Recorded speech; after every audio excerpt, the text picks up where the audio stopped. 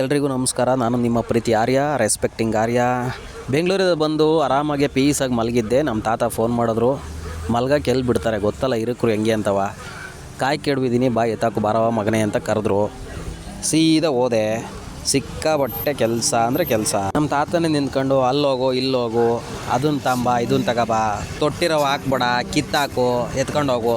ಸ್ವಲ್ಪ ಕರುಣೆ ಜಾಸ್ತಿ ನನ್ನ ಮೇಲೆ, ಹಿರಿ ಮಗ ಅಲ್ವಾ, ಸ್ವಲ್ಪನೇ ತಗೊಂಡೋಗೋ, ಸ್ವಲ್ಪನೇ ತಗೊಂಡೋಗೋ ಅಂತ ಹೇಳ್ತಾಯಿದ್ರು.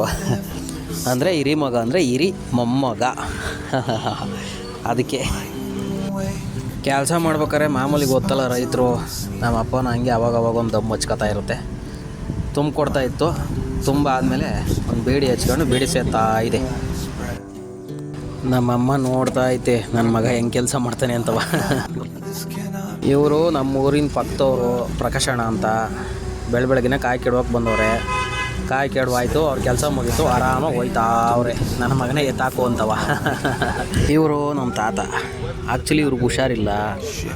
ಡಾಕ್ಟ್ರು ಕೆಲಸ ಮಾಡಬೇಡ ಅಂತ ಹೇಳೋರೆ, ಮಾಡಿಸ್ಬೇಡ ಅಂತ ನಮಗೂ ಬೈತಾರೆ. ಆದರೂ ಹೇಳೋದು ಮಾತು ಕೇಳಲ್ಲ. ದುಡ್ಡು ನಾವೇ ಖರ್ಚು ಮಾಡಬೇಕು. ನಾಳೆಗೆ ನಾನೇ ಆಸ್ಪತ್ರೆಗೆ ಕರ್ಕೊಂಡೋಗ್ಬೇಕು ಮತ್ತೆ.